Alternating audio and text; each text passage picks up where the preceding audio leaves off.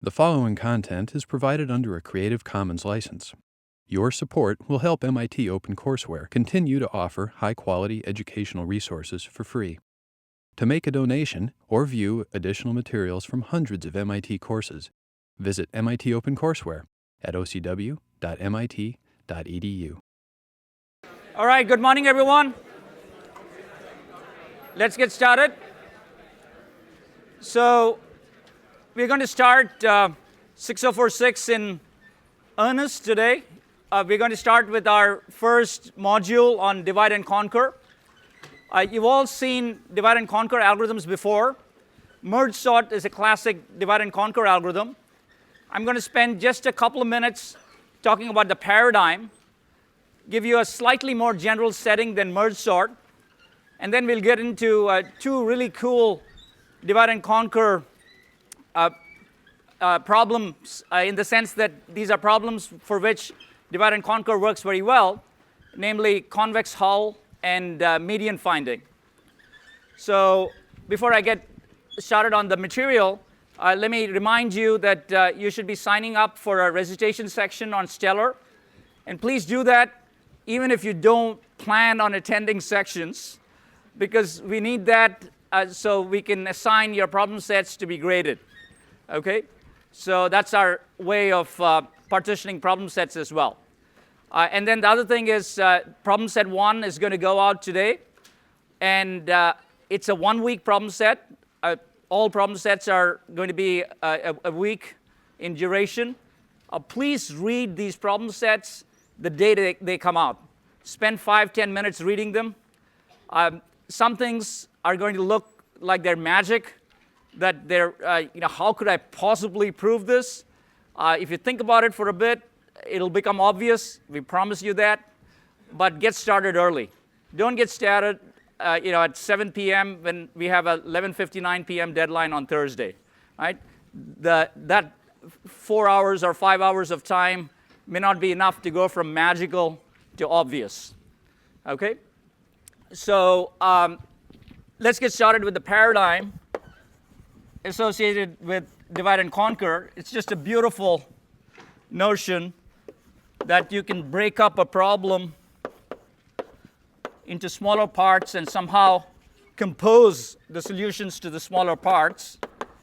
And of course, the details are going to be what's important when we take a particular problem instance. But let's say we're given a problem of size n.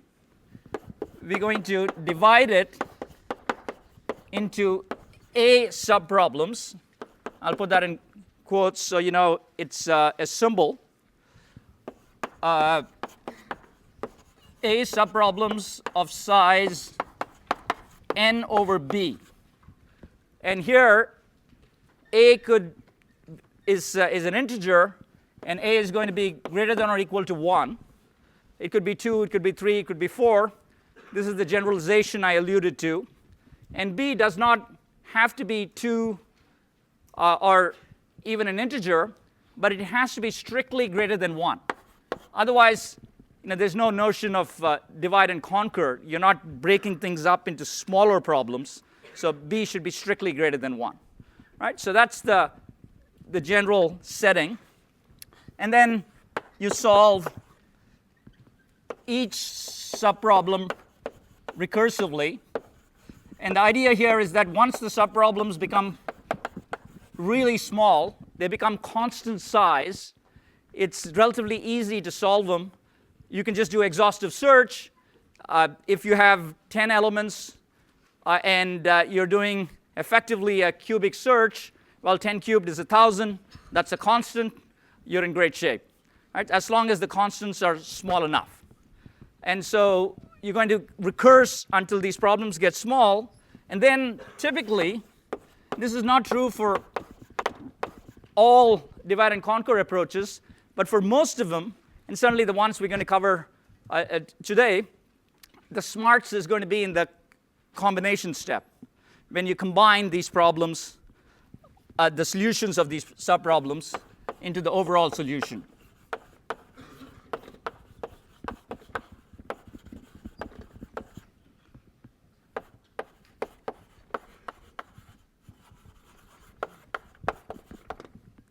And so that's the story.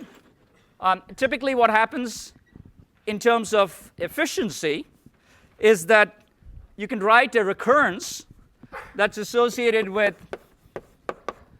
this divide and conquer algorithm, and you say T of n, which is the running time for a problem of size n, is going to be A times T of n over B, and this is a recurrence, plus the work that you need to do for the merge operation,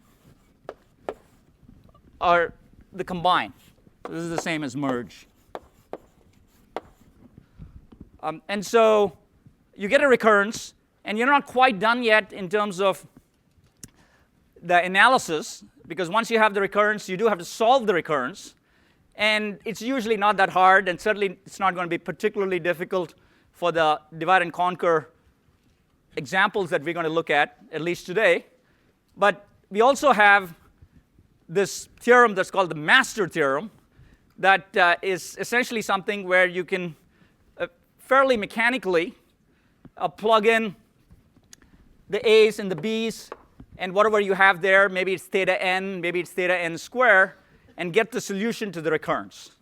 I'm actually not going to do that today, but you'll hear once again about the master theorem tomorrow in section. And it's a fairly straightforward template that you can use for most of the divide and conquer examples we're going to look at in 046, with one exception that we'll look at in median finding today, that will simply give you the solution to the recurrence. Okay? So you've seen most of these things before. That's a little bit of setup. And so let's dive right into convex hull, which is my favorite problem when it comes to using divide and conquer. So convex hull, I got a little prop here, which will save me from writing on the board and hopefully be more understandable. But the idea here is that in this case, we have a two-dimensional problem with a bunch of points in a two-dimensional plane. You can certainly do convex hull for 3 dimensions, many dimensions. And convexity is something that is a fundamental notion in optimization. And maybe we'll get to that in 6046 in advanced topics, maybe not. But in the context of today's lecture, what we're interested in doing is essentially finding an envelope or a hull associated with a collection of points on a two-dimensional plane. And this hull obviously is going to be something, as you can guess, that encloses all of these points. Okay? So what I have here, if I make this string taut enough, this is not working out so well, but I think you get the picture.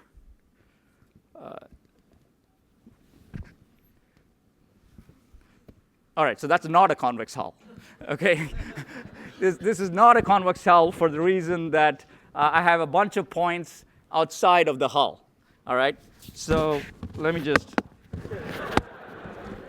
That is a convex hull. Okay? And now if I start stretching like that, or like this, or like that, that's still a convex hull. Okay?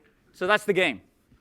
We have to find an algorithm, and we'll look at a couple of different ones that will find all of these segments that are associated with this convex hull. Okay? So this is a segment that's part of the convex hull. That's a segment that's part of the convex hull. If, in fact, I had something like this, and this was stretched out, because I have those 2 points outside the convex hull, this may still be a segment that's part of the correct convex hull, but this one is not, right? So that's the game here is to find these segments. So we're going to be working with segments or tangents. They're going to be used synonymously. That are all of the tangents or segments associated with the entirety of the convex hull, and we have to discover them. And the only input that we have is the set of points, xi, yi coordinates. Okay? And there's just a variety of algorithms that you can use to do this. The one that I wish I had time to explain, but I'll just mention, is what's called a gift wrapping algorithm, where you might not have done this, but I guarantee you that you probably have taken a misshapen gift, right, and tried to wrap it in gift wrapping paper. And when you're doing that, you're essentially, if you're doing it right, you're essentially trying to find the convex hull of this three-dimensional structure. You're trying to tighten it up. You're trying to find the minimum amount of gift wrapping paper. I'm not sure you ever thought about minimizing gift wrap paper, but you should have. That's the convex hull of this three-dimensional shape, right? But we'll stick to 2 dimensions because we'll have to draw things on the board. So let me just spec this out a bit. We're given n points in a plane, and those set of points are s, xi, yi, such that I equals 1, 2 to n. And we're just going to assume here, just to make things easy, because we don't want to have segments that are null, or segments that are a little bit different because they're discontinuous. But we're going to assume that no two have the same x coordinate. This is just a matter of convenience. And no two have the same y coordinate.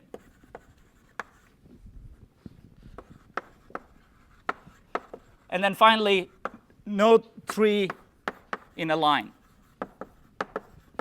Okay. Because we want to be able to look at pairs of points and find these segments. And it just gets kind of inconvenient. You have to deal with special cases if 3 of them are on a line. And so the convex hull itself is the smallest polygon containing all points in S, and we're going to call that CH of S, okay, convex hull of S. As smallest convex polygon. Thank you.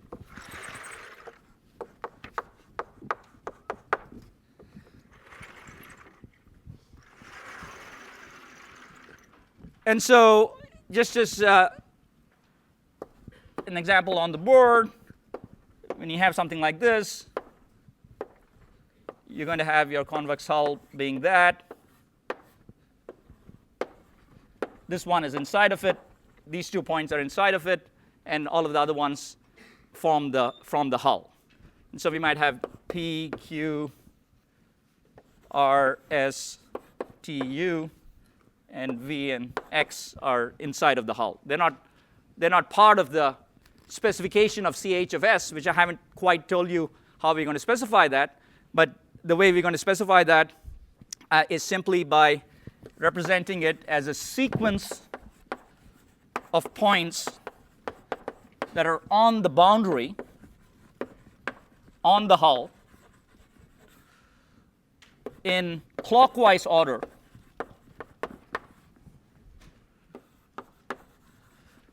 And you can think of this as being a doubly linked list in terms of the data structure that you'd use if you coded this up. So in this case, it would be P to Q to R to S. You're going to start with P in this case. It's a doubly linked list. So you could conceivably start with anything. But that's the representation of the convex hull. Right? And we're going to use clockwise just because we want to be clear as to what order we're enumerating these points is going to become important when we do the divide and conquer algorithm. So let's say that we didn't care about divide and conquer just for the heck of it. And I gave you a bunch of points over here. Can you think of a simple, forget efficiency, for just a couple of minutes. Can you think of a simple algorithm that would generate the segments of the convex hull? For example, I do not want to generate this segment Vx. If I think of a segment as being something that is defined by 2 points, then I don't want to generate the segment Vx, because clearly the segment is not part of the convex hull. But whereas the segment PQ, QR, RS, etc., they're all part of the convex hull, right? So what is the obvious brute force algorithm, forgetting efficiency, that given this set of points will generate one by one the segments of the convex hull? Anybody? Did you have your hand up?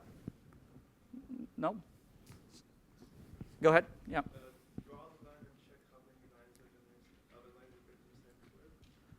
Draw the line and check how many lines it intersects with.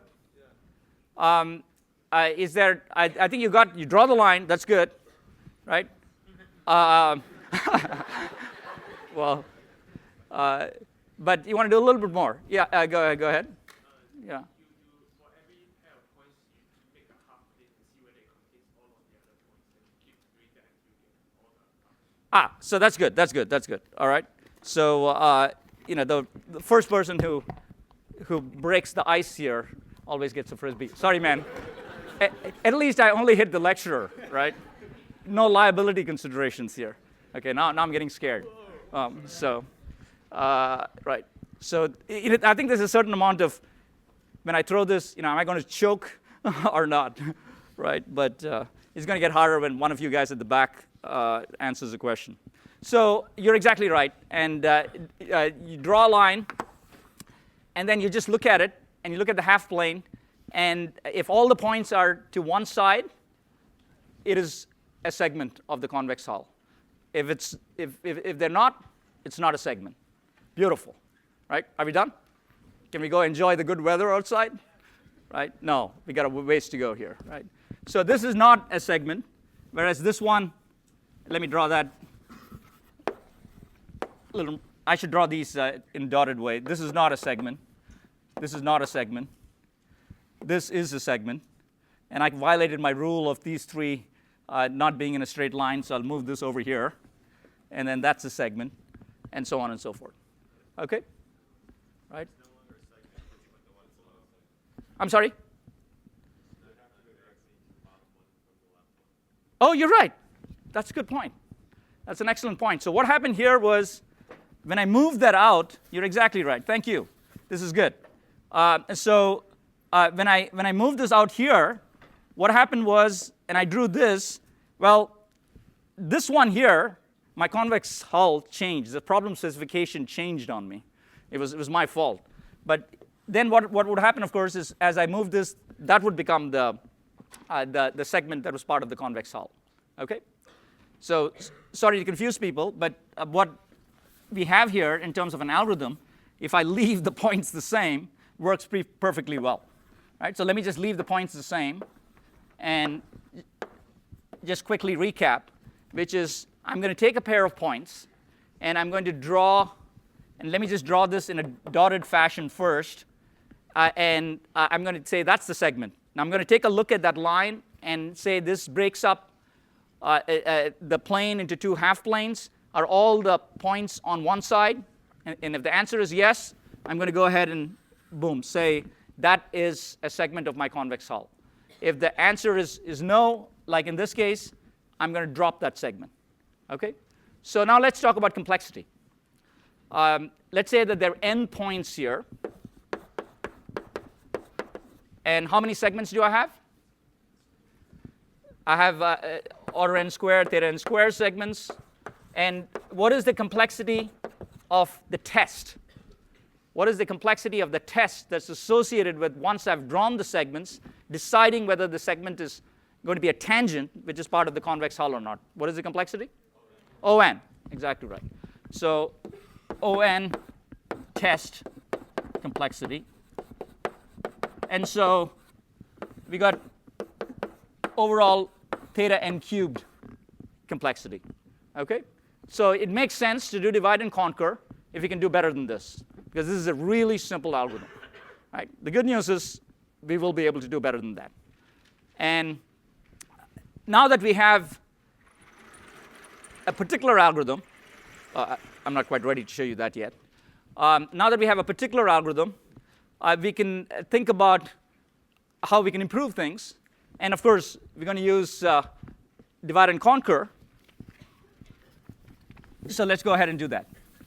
And so generally, with divide and conquer, as I mentioned before, in most cases, the division is pretty straightforward. And that's the case here as well. All the fun is going to be in the merge step. Right? So what we're going to do, as you can imagine, is we're going to take these points and we're going to break them up. Right? And the way we're going to break them up is by dividing them into half planes. We're going to just draw a line, and we're going to say everything to the left of the line is one subproblem. Everything to the right of the line is another subproblem. Go off and find the convex hull for each of the subproblems. If you have 2 points, you're done, obviously. It's trivial. And at some point, you can say, I'm just going to deal with brute force. We can go down to order n cubed.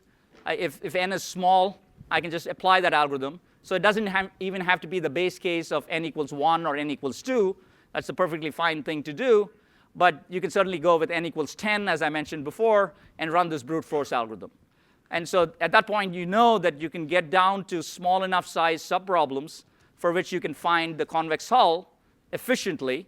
And then you got these 2 convex hulls, right, which are clearly on, well, 2 different half planes, because that's the way you defined them. And now you got to merge them, right? And that's where all the fun is. Okay? So let's just write this out again. We're going to sort the points by x coordinates. And we're going to do this once and for all. We don't have to keep sorting here, because we're just going to be partitioning based on x coordinates. And we can keep splitting based on x coordinates, because we want to generate these half planes, right? So we can do this once and for all. And for the input set S, we're going to divide into the left half A and right half B by the x coordinates. And then we're going to compute CH of A and CH of B recursively. And then we're going to combine. So the only difference here from what we had before is the specification of the division. It looked pretty generic. It's similar to the paradigm that I wrote before. But I've specified exactly how I'm going to break this up. All right? So let's start with the merge operation. And we're going to spend most of our time speccing that. And again, there's many ways you could do the merge. And we want the most efficient way. That's obviously going to determine complexity. So big question, how to merge. Right.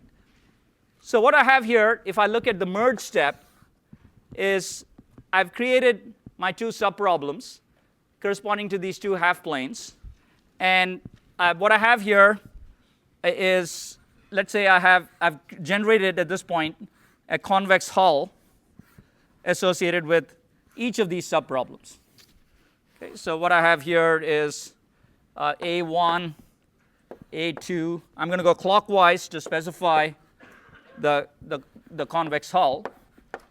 And the other thing that I'm going to do is, in the subproblem case, my starting point is going to be, for the left subproblem, the coordinate that is that has the highest x value. Okay, so that's A1 in this case, the highest x value going over x is increasing to the right.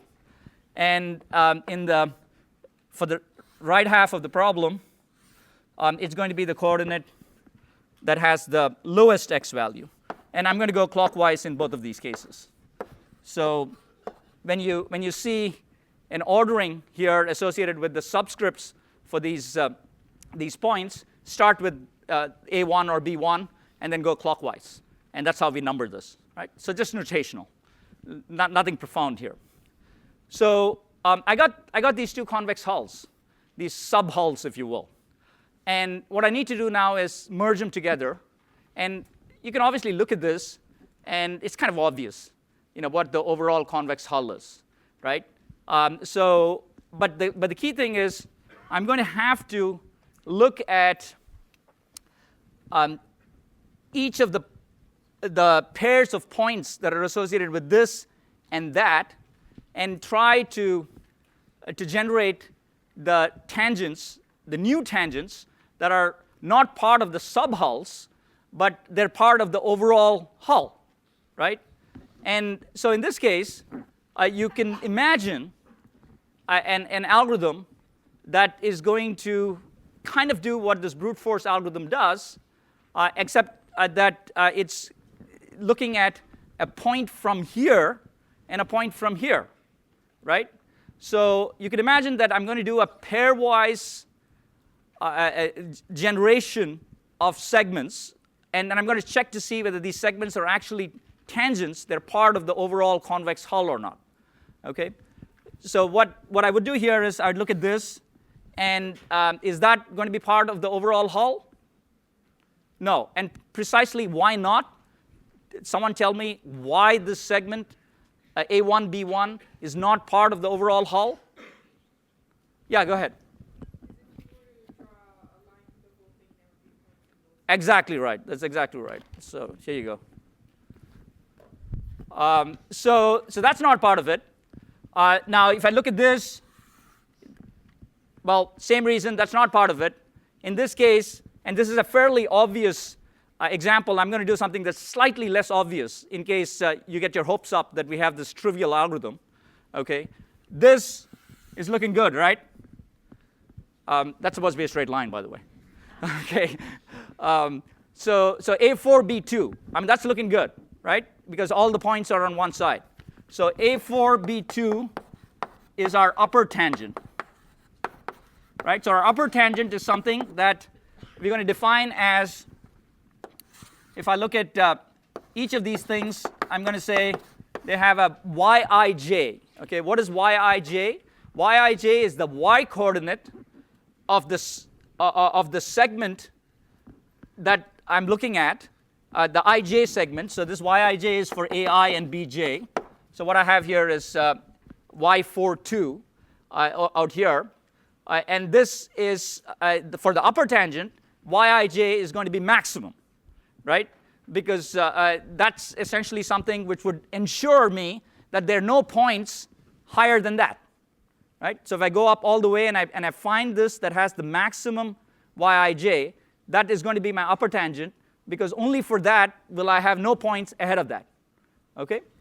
So yij is upper tangent. This is going to be maximum.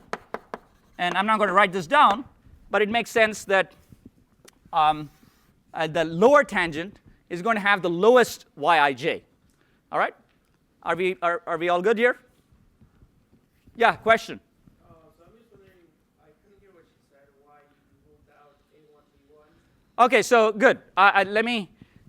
The reason we moved out A1, B1 is because if I just drew A1, B1 like this, and I'm extrapolating this is again supposed to be a straight line, then you clearly see that there are points on either side of the A1, B1 segment when you look at the overall problem, correct?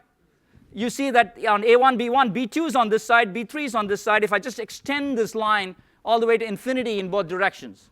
And that violates the requirement that this segment be part of the overall hull. OK? That makes sense? Good. So everybody with me? So clearly, there is a trivial merge algorithm here. And the trivial merge algorithm is to look at every pair of points, every A-B pair, right? Every AI-BJ pair. And so what is the complexity of doing that? if I have n total points, the complexity would be n squared, right? Because maybe I'd have half here and half there. Ignore constants, and you could say, well, it's going to be n squared divided by 4, but that's theta n squared, right? So there's an obvious merge algorithm that is theta n squared, looking at all pairs of points. And when I mean all pairs of points, I mean like an A and a B, because I want to pick a pair where I go left of that dividing line and then right of the dividing line. But either way, it's theta n squared. Okay? So now you look at that and you go, can I do better? What if I just went for the highest A point and the highest B point, and that's it, I'm done. Constant time. Wouldn't that be wonderful? Yeah, wonderful, but incorrect. Okay, right? So what is an example? And so this is something that I spent a little bit of time last night concocting. So I'm like you guys too. I do my problem set the night before. Well, don't do as I do. Do as I say, right? But I've done this before, so that's the difference. But this particular example is new. So what I have here is I'm going to show you why there's not a trivial algorithm, okay, that I got to get these angles right. That you can't just pick the highest points and keep going, right? And then that would be constant time. So that's my A over here, and let's assume that I have my dividing line like that. And then what I'm going to do here, and I hope I get this right, is I'm going to have something like this, like that, and then I'm going to have B1 here clockwise, so B2, B3, and B4. Okay? So as you can see here, if I look at A4, a little adjustment necessary. Okay? So if I look at that, A4 to B1 versus, just eyeball it, A3 to B1, right? Is A4 to B1 going to be the upper tangent? No, right? So now A3 is lower than A4. You guys see that? And B1 is lower than B2, right? So it's clear that if I just took A4 to B2, that it would not be an upper tangent. Everybody see that? Yep. All right. Good. So we can't have a constant time algorithm. We have the theta n squared in the bag, right? So is there something, maybe theta n? How would we do this merge and find the upper tangent by being a little smarter about searching for pairs of points that will give us this maximum Yij, right? The goal here is simple. It's at some level, if you looked at the brute force, I would generate each of these things. I'd find the Yij intercepts associated with this line, and I'd just pick the maximum, right? And the constant time algorithm doesn't work. The theta n squared algorithm definitely works, but we don't like it. So there has to be something in between, right? So any ideas? Yeah, back there. Yeah.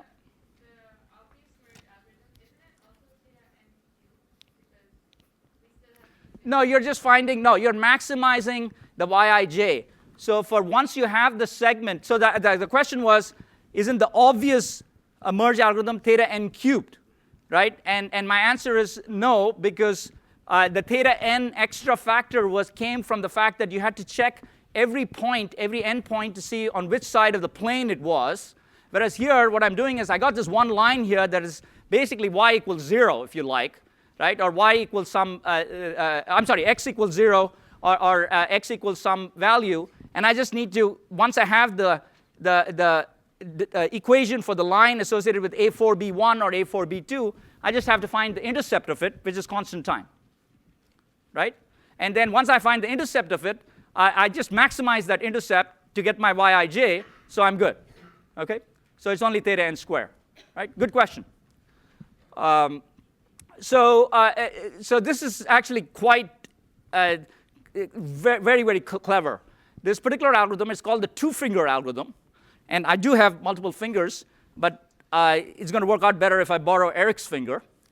And we're going to demonstrate to you the two-finger algorithm for merging these two convex hulls.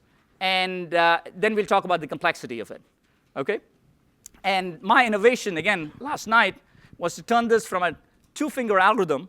Not only did I have the bright idea of using Eric, I decided it was going to become the two-finger and string algorithm.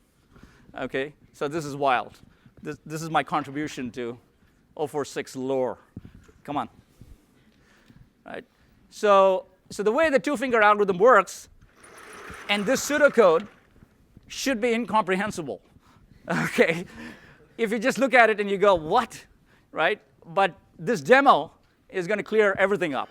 Right? So here's what you do. So now we're going to do a demo of the merge algorithm that is a cleverer merge algorithm than the one that uses order n square time. And it's correct.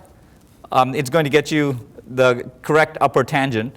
And what we are starting at here is with Eric's left finger on A1, which is defined to be the point that's closest to the vertical line that you see here, the one that has the highest x coordinate.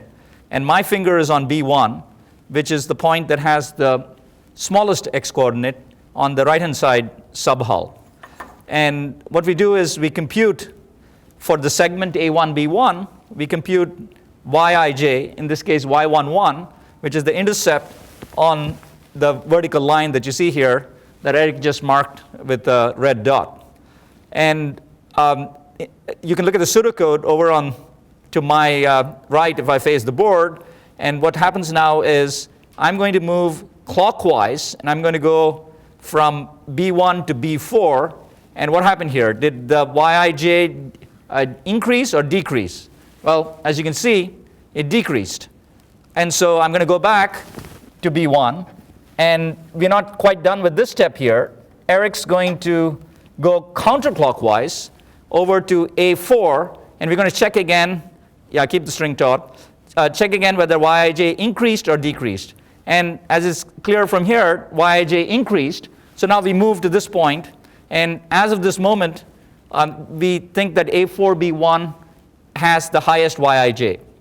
But we have a while loop. We're going to have to continue with this while loop. And now what happens is I'm going to go from B1 clockwise again to B4. And when this happens, did Yij increase or decrease? Well, it decreased. So I'm going to go back to B1. And Eric now is going to go counterclockwise to A3. And as you can see, Y31 increased a little bit. So we're going to now stop this iteration of the algorithm. And we're at A3B1, which we think at this point is our upper tangent. But let's check that. Start over again on my side. B1 to B4. What happened? Well, Yij decreased. So I'm going to go back to B1. And then Eric's going to try, he's going counterclockwise. He's going to go A3 to A2. And, well, big decrease in Yij. Now Eric goes back to A3. At this point, we've tried both moves, my clockwise move and Eric's counterclockwise move. My move from B1 to B4, and Eric's move from A3 to A2.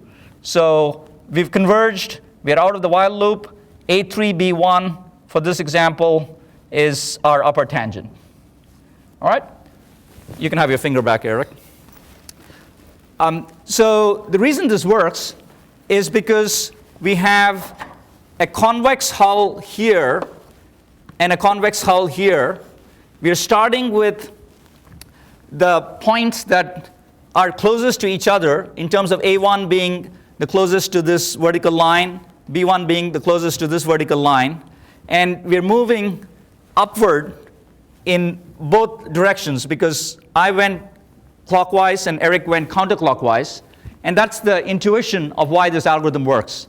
We're not going to do a formal proof of this algorithm, but the monotonicity property corresponding to the convexity of this subhull and the convexity of this subhull essentially can give you a formal proof of correctness of this algorithm. But as I said, we won't cover that in 046. So all that remains now is to look at our pseudocode, which matches the execution that you just saw, and talk about the complexity of the pseudocode. What is the complexity of this algorithm? It's order n, right? So what has happened here, if you look at this while loop, is that while I have two counters, I'm essentially looking at 2 operations per loop, and either one of those counters is guaranteed to increment through the loop. And so since I have, in this case, p points, in one case, p plus q equals n. So let's say I had p points here, and I have q points here, and I got p plus q, let's say, equals n. Then I got a theta n merge, simply because I'm going to be running through and incrementing. As long as I'm in the loop, I'm going to be incrementing at either the I or the j, and the maximum that can go to are p and q before I bounce out of the loop or before I rotate around. And so that's why this is theta n. And so you put it all together in terms of what the merge corresponds to in terms of complexity, and put that together with the overall divide and conquer. We have a case where this is looking like a recurrence that you've seen many a time. T of n, I've broken it up into 2 subproblems. So I have 2, and I could certainly choose this L over here, that's my line, L, to be such that I have a good partition between the 2 sets of points. Right? Now if I choose L to be all the way on the right-hand side, then I have this large subproblem, makes no sense whatsoever. So what I can do, there's nothing that's stopping me when I've sorted these points by the x-coordinates to do the division such that there's exactly the same number, assuming an even number of points n, exactly the same number on the left-hand side or the right-hand side. But I can get that right roughly, certainly within 1, very easily. So that's where the n over 2 comes from. Okay? In the next problem that we'll look at, the median finding problem, we'll find that trying to get the subproblems to be of roughly equal size is actually a little difficult. Okay? But I want to point out that in this particular case, it's easy to get subproblems that are half the size because you've done the sorting, and then you just choose the line, the vertical line, such that you got a bunch of points that are on either side. And then in terms of the merge operation, we have 2t n over 2 plus theta n. People recognize this recurrence? It's the old merge sort recurrence. So we did all of this in, well, it's not merge sort. Clearly, the algorithm is not merge sort. But we got the same recurrence. And so this is theta n log n. So a lot better than theta n cubed. Okay? And there's no convex hull algorithm that's, in the general case, better than this. Even the gift wrapping algorithm that I mentioned to you, with the right data structures, it gets down to that in terms of theta n log n, but no better. Okay? So good. That's pretty much what I had here. Again, like I said, happy to answer questions about the correctness of this loop algorithm for merge later. Any other questions associated with this? Yeah, back there.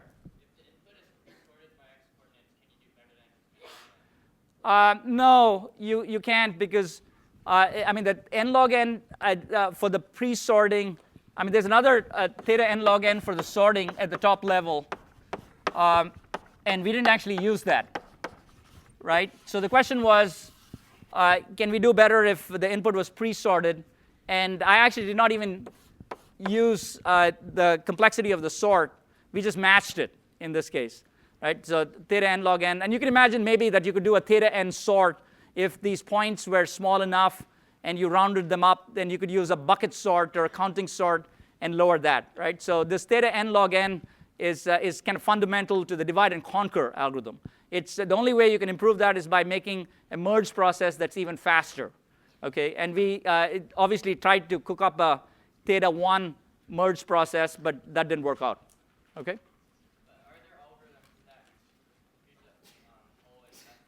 If you assume certain things about the input, you absolutely, right? So one thing you'll discover in algorithms and in 6046 as well is that we're never satisfied.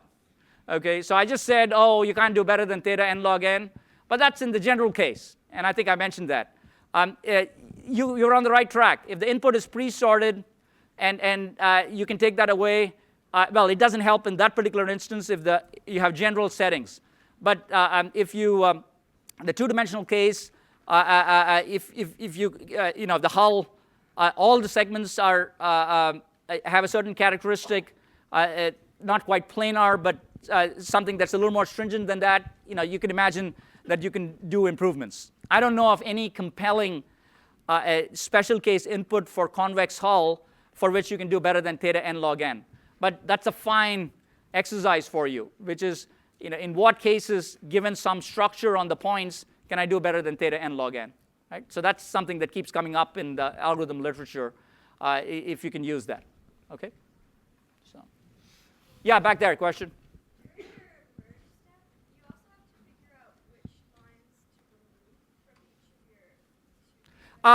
Great point. And you're absolutely right. And I just realized that I skipped that step.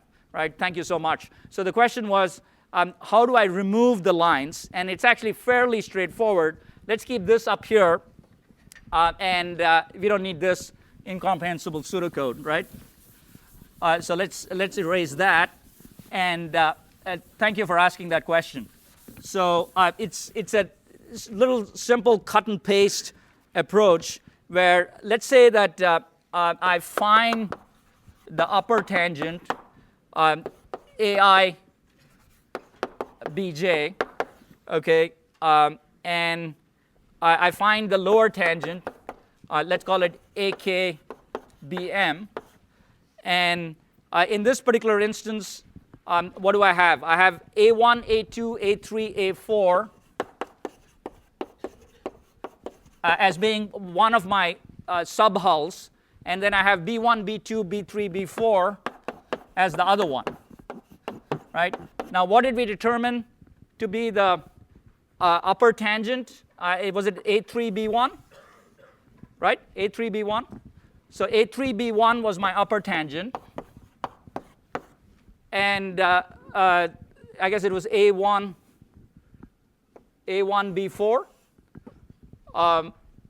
A1B4 was my lower tangent. So the big question is, now that I have found these two, how do I generate the correct representation of the overall convex hull? All right? And so it turns out that you have to do this. And the complexity of this is important as well. And you need to do what's called a cut and paste that's associated with this, where we're going to just look at this and that. Right? So we're going to have these two things, and we're going to generate a list of points. Now, clearly, A4 is not going to be part of that, right? A4 is not going to be part of the overall hull. What is it that we want? We want something like A1, A2, A3, B1, B2, B3, B4, right? But there's a point that we have to discard here. Agreed? And so the way we do this is very mechanical. That's the good news here. I mean, you don't have to look at it pictorially. I just made that up, eyeballing it. Clearly, the computer doesn't have eyeballs, right?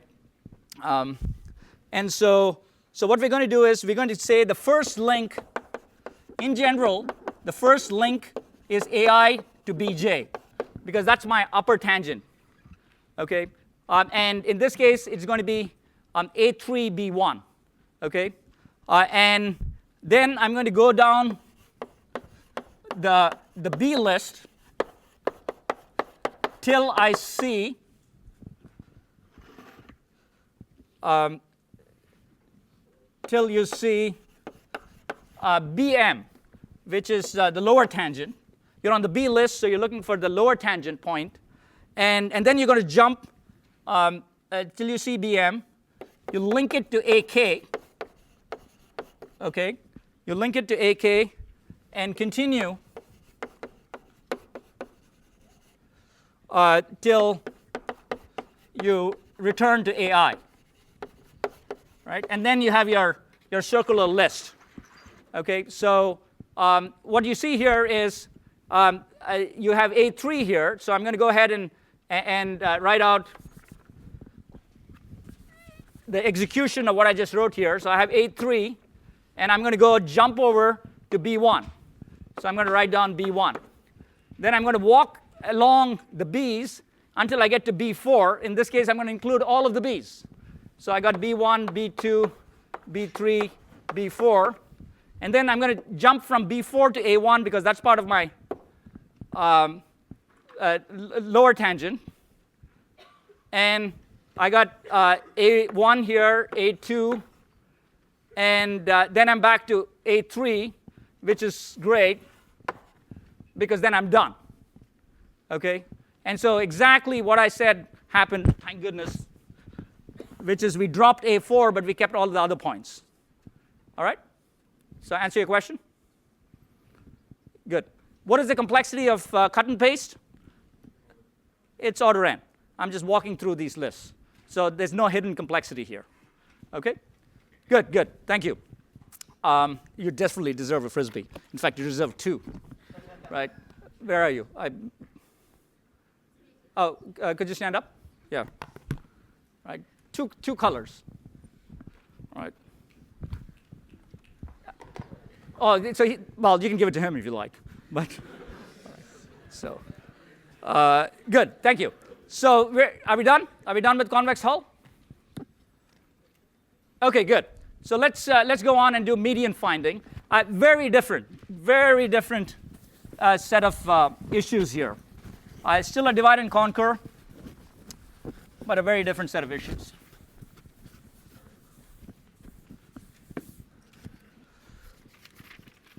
The specification here is, of course, straightforward. You can think of it as I just want a better algorithm than sorting and looking for the median at a particular position, n over 2 position.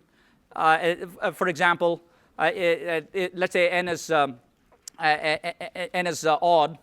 and it's floor of n over 2. You can find that median, right? So it's pretty easy if you can do sorting. But we're never satisfied with using a standard algorithm if we think that we can do better than that. So the whole game here is going to be I want to find the median, and I want to do it in better than theta n log n time. Okay? So that's what median finding is all about. We're going to use divide and conquer for this.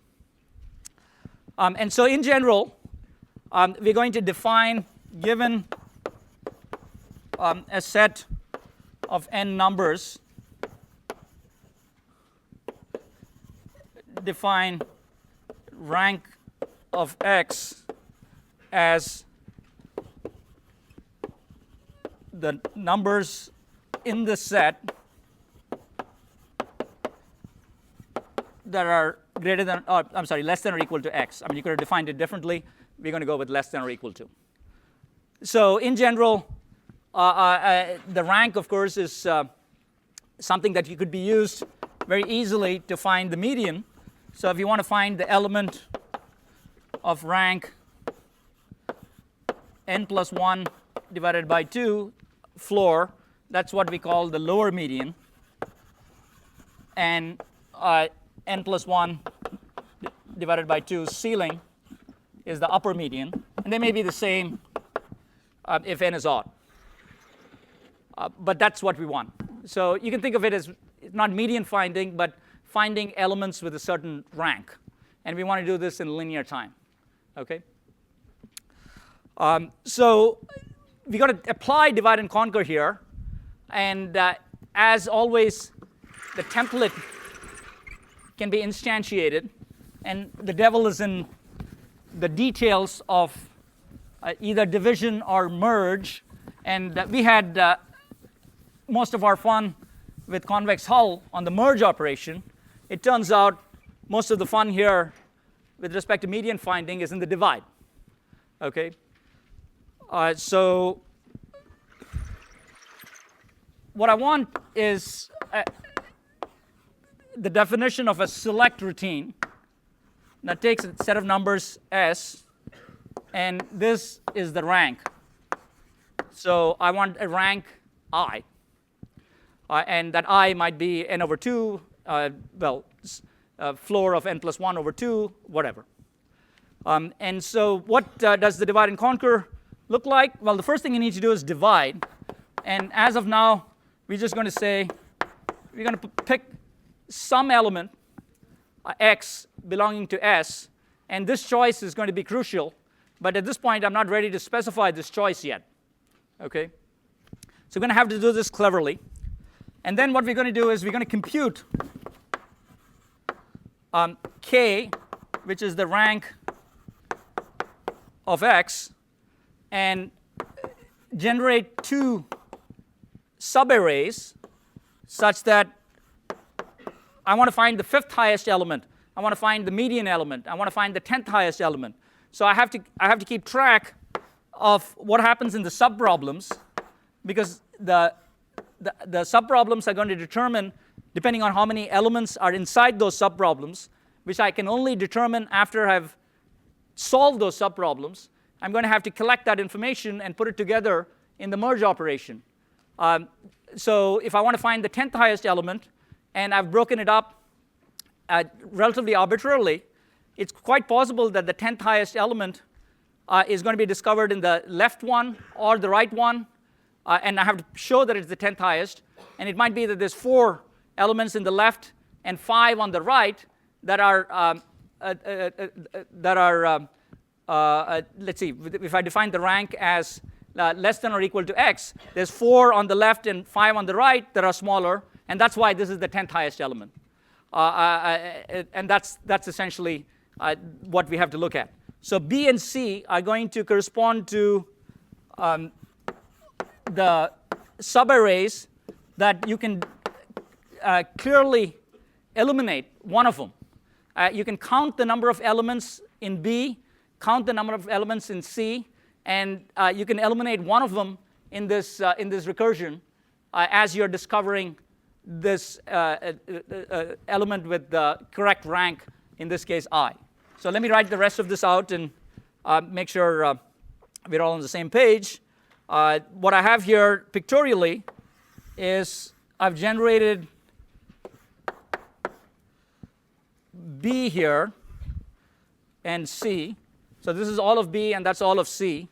I have k minus 1 elements here in B. And let's say I have n minus k elements in C.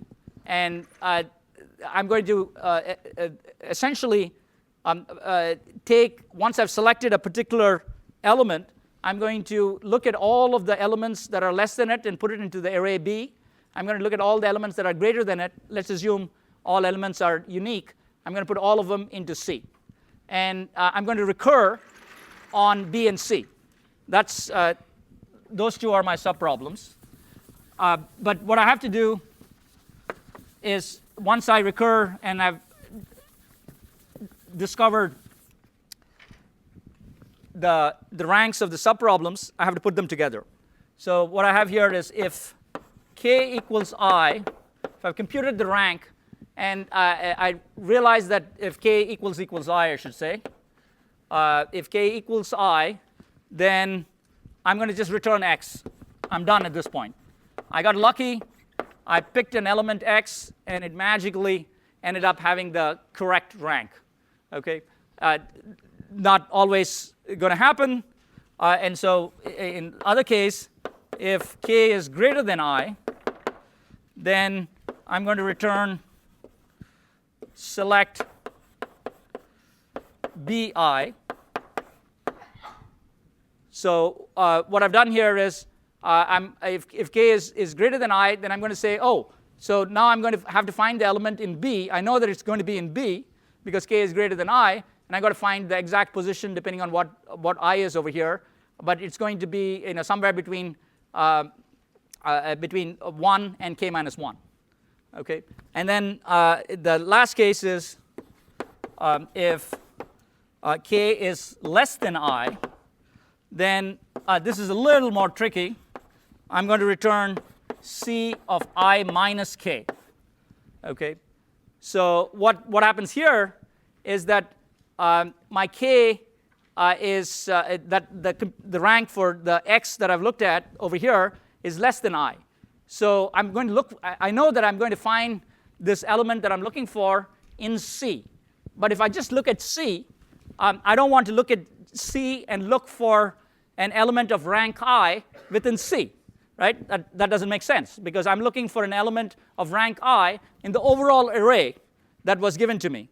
So I have to subtract out the k elements that correspond to X and all of the k minus 1 elements that are in B to go figure out exactly what position or rank I'm looking for in the subarray corresponding to C. Okay? So people buy that? So that's just a small little thing that you have to keep in mind as you do this. Right? So that's pretty straightforward, looking pretty good. And you say, well, am I done here? And as you can imagine, the answer is no, because we haven't specified this value. Now, can someone tell me, at least from an efficiency standpoint, what might happen? What we're looking for here, as you can imagine, we want to improve on theta n log n. And so you could say, well, I'm happy with theta n. A theta n complexity algorithm is better than a theta n log n complexity algorithm, which is kind of in the bag because we know how to sort and we know how to index. Right? So we want a theta n algorithm. Now, if you take this and if I just picked, let's say, the biggest element, or I kept picking x to be n or n minus 1, or just pick a constant value. I picked x to be in the middle. Right? I pick the index. I can always pick an element based on its index. I can always go for the middle one. Right? So what is the worst case complexity of this algorithm? For if I don't specify, or I give you this arbitrary selection corresponding to x belonging to S, what is the worst case complexity of this algorithm? Right? Yeah, go ahead. N squared. Why is that? Yeah. Exactly right. That's exactly right. So what happens here is that you're doing a bunch of work here, which is theta n work. Right here, this is theta n work. Okay. So given that you're doing theta n work here, you have to be really careful as to how you pick the x element. So what might happen is that you end up picking the x over here, and given the particular rank you're looking for, you have to now, you're left with a large array that has n minus 1 elements in the worst case. You started with n, you do not go to n over 2 and n over 2, which is what divide and conquer is all about, or even n over b. Okay? You went to n minus 1, and then you go to n minus 2, and then you go to n minus 3, because you're constantly picking, this is worst case analysis, you're constantly picking these subarrays to be extremely unbalanced. Right? So when the subarrays are extremely unbalanced, you end up doing theta n work in each level of the recursion. And those theta n's, because you're going down all the way from n to 1, are going to be theta n squared when you keep doing that. Okay? So good. Thanks for that analysis. And so this is theta n squared if you have a bad selection. Okay. So we will talk about randomized algorithms, but the problem with randomized algorithms is that the analysis will be given a probability distribution, and it'll be expected time. What we want here is a deterministic algorithm that is guaranteed to run in worst case theta n.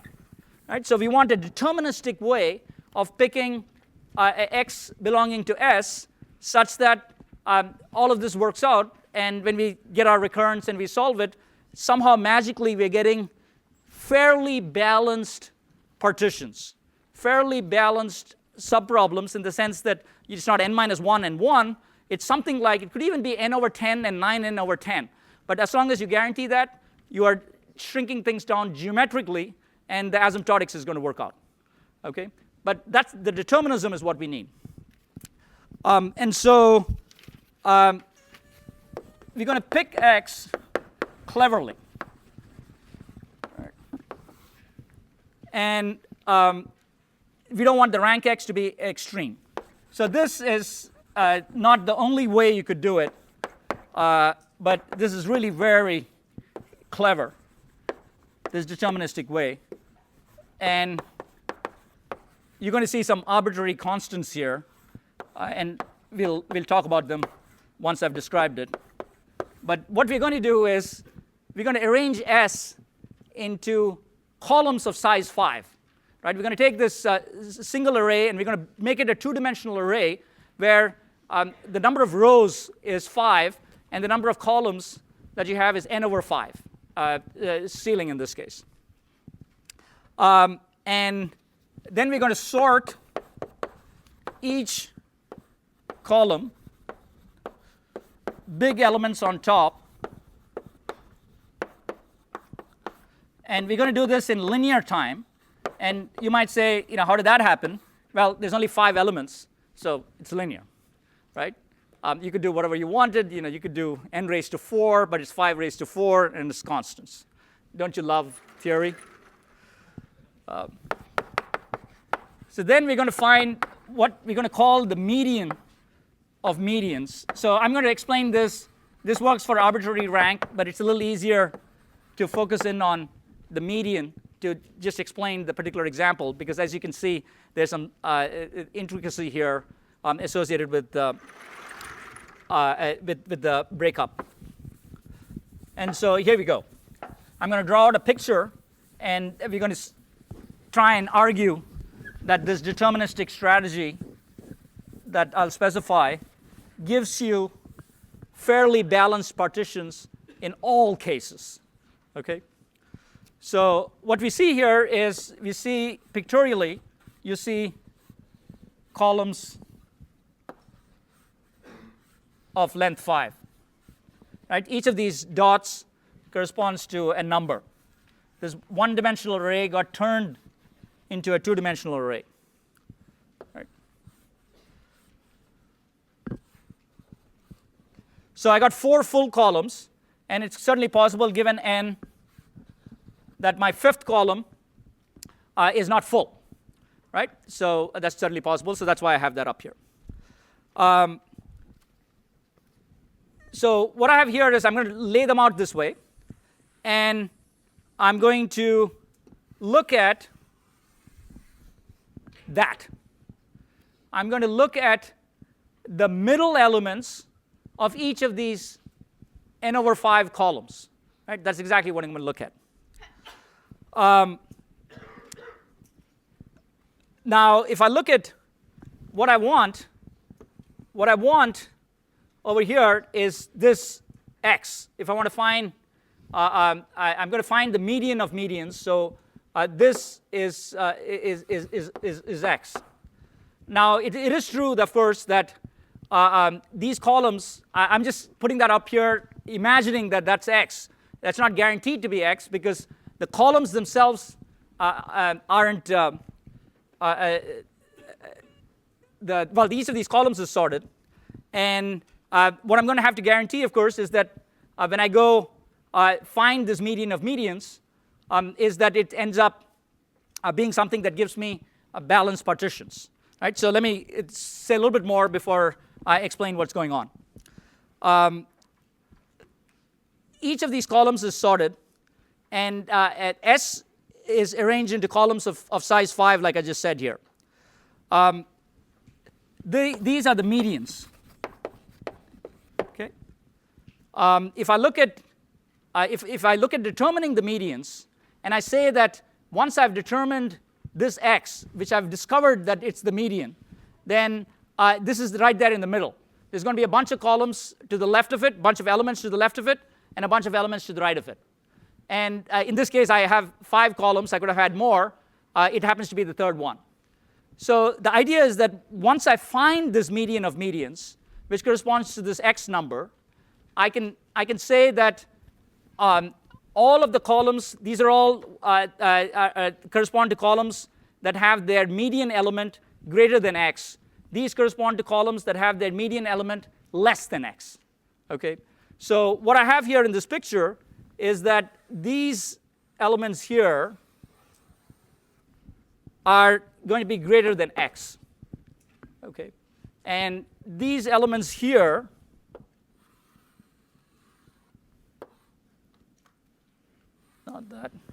are going to be less than x. Right? So let me be clear. What's happened here is we've not only sorted all of the columns such that you have larger elements up here. Each of these 5 columns has been sorted that way. On top of that, I've discovered the particular column that corresponds to the median of medians, and this is my x over here.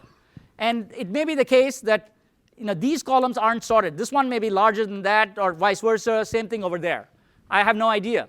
But it's guaranteed that once I find this median, that I do know all of the columns that have elements that in this position that are less than this x, and I know columns that in this position have elements that are greater than x. Okay? Yep. Should the 2 elements below x also be included in the group of elements less than x? You're exactly right. I would have probably been able to get the same asymptotic complexity if I dropped those because I had a constant number, but you're absolutely exactly right. Right? So the point that the question was, I just redrew it. These 2 are clearly less than x as well because they're part of the sorting. Right? And that's essentially what I have here. Now my goal here, and you can kind of see from here as to where we're headed. Right? What I've done here by this process of sorting each column and finding the median of medians is that I've found this median of medians such that there's a bunch of columns on the left, and roughly half of those elements in those columns are less than x, and then there are a bunch of columns on the right, and roughly half of those columns have elements that are greater than x. So what I now have to do is to do a little bit of math to show you exactly what the recurrence is, and let me do that over here. So that's the last thing that we have to do. I probably won't solve the recurrence, but that can wait till tomorrow. The recurrence will be something that's not particularly difficult to solve. So I want to now make a more quantitative argument with the variable being n as to how many elements are guaranteed to be greater than x. And essentially what I'm saying, which is I'm writing out what I have on that picture there, half of the n over 5 groups contribute at least 3 elements greater than x, except for one group with possibly less than 5 elements, which is the one that I have all the way to the right, and one group that contains x. So for all the other columns, I'm going to get 3 elements that are greater than x. And so if you write that out, this says there are at least 3 n over 10, because I have half of all of those groups, minus 2. And I'm not counting perfectly accurately here, but I have an at least, so this should all be fine. 3n over 10, 3 times n over 10 minus 2 elements are strictly greater than x, right? And that comes from that picture. I'm going to be able to say the same thing for less than x as well. I can't count the 1. Depending on how things go, maybe I could have played around and subtracted a 1 instead of a 2 in the latter case, but I'm just being conservative here. It is clear that I'm going to have a bunch of columns that are full columns that have going to be contributing 3 elements that are greater than x, and in this case I have, well, 2 of them here for the less than x, and I got 1 for the greater than x. Right? So that's all that I'm saying over here with respect to the balance of the partitions. And it turns out that's enough.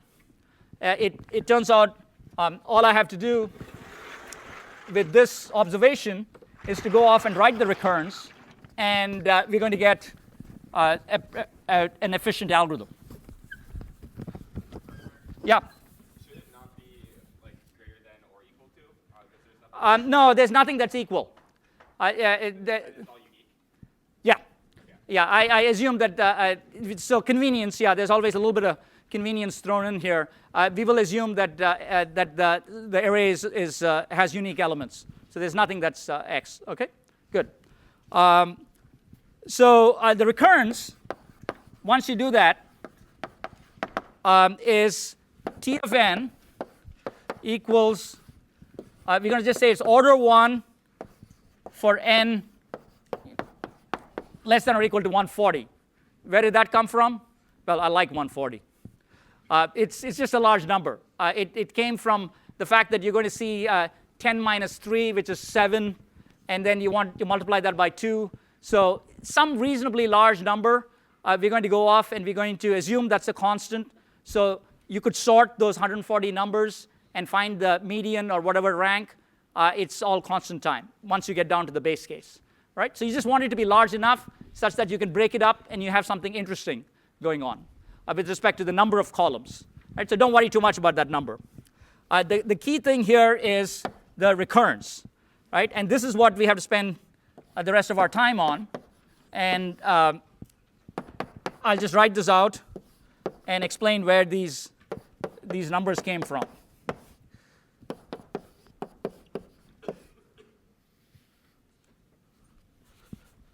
All right.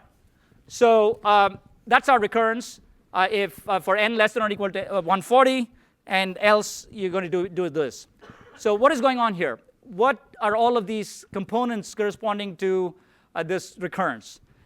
Really quickly, this is simply something that says I'm finding the median of medians. I'm finding some element that has a certain rank.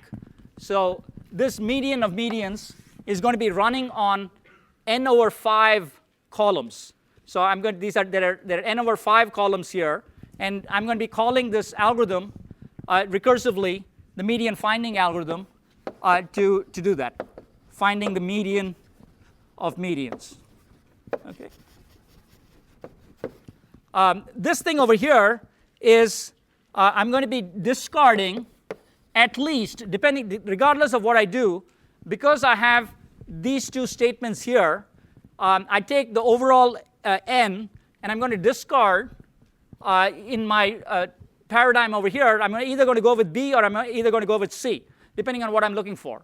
And given that B and C are not completely unbalanced, I'm going to be discarding 3n over 10 minus 6 elements, which simply corresponds to me ignoring the ceiling here and multiplying the 3 out. So that's 3n over 10 minus 6. So then I have 7n over 10 plus 6. That's the maximum size partition that I'm going to recur on. It's only going to be exactly one of them, as you can see from that. It's either else. It's not recurring on both of them. It's recurring on one of them. So that's where the 7n over 10 plus 6 comes from. And then you ask, where does this theta n come from? Well, the theta n comes from the fact that I do have to do some sorting. It's constant time sorting for every column, okay, because there's only 5 elements, so I'm going to do constant time sorting. But there's order n columns, right, because there's n over 5 columns. So this is the sorting of all of the columns. All right? So that's it. And I'll just leave you with, you cannot apply the master theorem for solving this particular recurrence. But if you make the observation, and you'll see this in section, if you make the observation that n over 5 plus 7n over 10 is actually less than n, right? So that you get 0.2n here and 0.7n there. That's actually less than n. This thing runs in linear time, and you'll see that in section tomorrow. So this whole thing is theta n time. See you next time.